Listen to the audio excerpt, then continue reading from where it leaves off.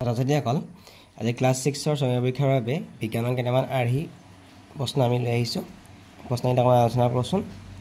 প্ৰথম প্ৰশ্নটো হৈছে ডিঙি আৰু মূৰ যি স্থানত লগ লাগিছে সেই সন্ধিটোক কোৱা হয় কব্জা সন্ধি, কেন্দ্ৰীয় সন্ধি, বল আৰু চকেট সন্ধি।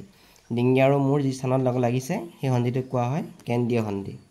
বি নম্বৰটো ইয়াৰ শুদ্ধ উত্তৰ। 2 নম্বৰ প্ৰশ্ন তলৰ কোনটোৰ শৰীৰৰ আকৃতি ধাৰা প্ৰতিৰোধী আকৃতি। ধাৰা প্ৰতিৰোধী আকৃতি মানে মূৰৰ ফালটো আৰু পিছৰ ফালটো চিয়া ক্ষীণ, মাজৰটো অংশ বহল। গতিকে তেনেকুৱা আকৃতি হ'ব মাছ। মাছৰ আকৃতিটো হ'ল ধাৰা প্ৰতিৰোধী আকৃতি। লাও খোলাৰ কোনবোৰ হাড় লৰচৰ কৰে?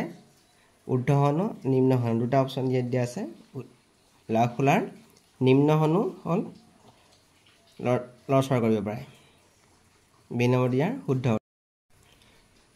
4 নম্বৰ প্ৰশ্ন মহাসাগৰ আৰু মাটিৰ মাজত হোৱা পানীৰ সঞ্চালনক কি বোলা হয়? বৰষুণ বোলা হয়, ডাৱৰ বোলা হয়, জলচক্ৰ বোলা হয়। কোনটো শুদ্ধ হৈ উঠিছে? মহাসাগৰ আৰু মাটিৰ মাজত হোৱা পানীৰ সঞ্চালনক বোলা হয় জলচক্ৰ। চি নম্বৰটো ইয়াৰ শুদ্ধ উত্তৰ। 5 নম্বৰ প্ৰশ্ন তলৰ কোনটো এটা পৰিপোষক নহয়? প্ৰ'টিন, খনিজ লৱণ, মেদবহুলতা, ভিটামিন। আমি যদি চাওঁ প্ৰ'টিন, খনিজ লৱণ, ভিটামিন এইকেইটা হ'ল আমাৰ আহাৰৰ এটা পৰিপোষক হয়, কিন্তু মেদবহুলতাটো পৰিপোষক নহয়। চি নম্বৰটো ইয়াৰ শুদ্ধ উত্তৰ। 4 নম্বৰ প্ৰশ্ন তলৰ ক অংশ লগত খ অংশ মিলাই শুদ্ধ ক্ৰমটো বাছনি কৰা। এইটো ক অংশ, এইটো খ অংশ। ইয়াতে প্ৰথমটো দিছে ৰাফেজ। ৰাফেজ মানে হ'ল ৰক্ষাহাৰ। বি নম্বৰটো আছে বেৰি বেৰি। চি নম্বৰটো দৃষ্টিশক্তি কমি যোৱা। ডি নম্বৰটো কামিহাৰ। আমি জানো যে ৰাফেজ বা ৰক্ষাহাৰ মানে হ'ল আঁহজাতীয় খাদ্য। ৰক্ষাহাৰ মানে হ'ব আঁহজাতীয় খাদ্য। গতিকে এই নম্বৰটো মিলিব দুইটো।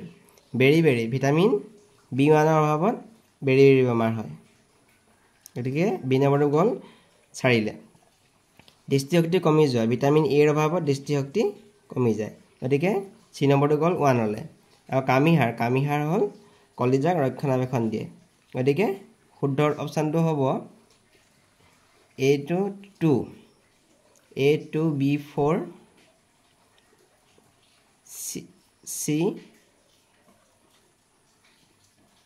C1 A2B4 C1 আৰু D3। গতিকে শুদ্ধটো অপশ্যন বি হ'ব। 7 নম্বৰ প্ৰশ্ন পদাৰ্থৰ উজ্জ্বল বা চকচকীয়া গুণটোক কোৱা হয় বা চকচকীয়া ধৰ্মটোক কি বুলি কোৱা হয় সুধিছে? কঠিনতা, স্বচ্ছতা, দ্যুতি।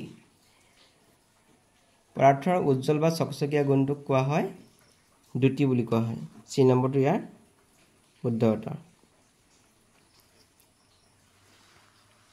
তলৰ কোনটো অশুদ্ধ? সুষম আহাৰে অভাৱজনিত ৰোগবোৰক বাধা দিব পাৰে। এইটো শুদ্ধ। সুষম আহাৰ খালে অভাৱজনিত ৰোগবোৰ আমাৰ বাধা হ'ব পাৰে। আমাৰ খাদ্যৰ প্ৰধান উৎসবোৰ হ'ল উদ্ভিদ আৰু প্ৰাণী। এইটো হ'ল বেছিভাগ উদ্ভিদ আৰু প্ৰাণীজাত সামগ্ৰী আমি খাওঁ, খাদ্য আমি খাওঁ। ডাঠ কাগজ হ'ল এবিধ স্বচ্ছ বস্তু। ডাঠ কাগজ স্বচ্ছ বস্তু নহয়। ডাঠ কাগজৰ মাজেৰে পোহৰ পাৰ হ'ব নোৱাৰে। গতিকে এইটো হ'ব আমাৰ অশুদ্ধ। গতিকে ইয়াৰ চি নম্বৰটো ইয়াৰ ৰাইট অপশ্যন। 9 নম্বৰ প্ৰশ্ন তলৰ কোনটো ভিটামিন ডিৰ এটা উৎস? চয়াবিন, কণী, নেমু, মটৰমাহ। ভিটামিন ডিৰ উৎস হ'ল ইয়াত কণী। বি নম্বৰটো ইয়াৰ শুদ্ধ উত্তৰ। 10 নম্বৰ প্ৰশ্ন তলৰ কোনবিধ অস্বচ্ছ বস্তু? বায়ু, পানী, পকীবেৰ, কাঁচ। বায়ু, পানী আৰু কাঁচ এইকেইটা হ'ল স্বচ্ছ বস্তু। ইয়াৰ মাজেৰে পোহৰ পাৰ হৈ যাব পাৰে। কিন্তু পকীবেৰটো হ'ল অস্বচ্ছ বস্তু। ইয়াৰ মাজেৰে পোহৰ পাৰ হৈ যাব নোৱাৰে।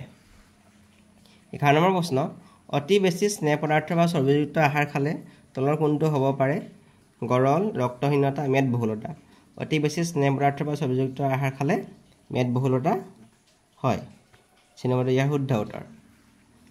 12 নম্বৰ প্ৰশ্ন তলৰ কোনটো অমিল? চেনি, নেমুৰ ৰস, বালি, কপাৰ ছালফেট।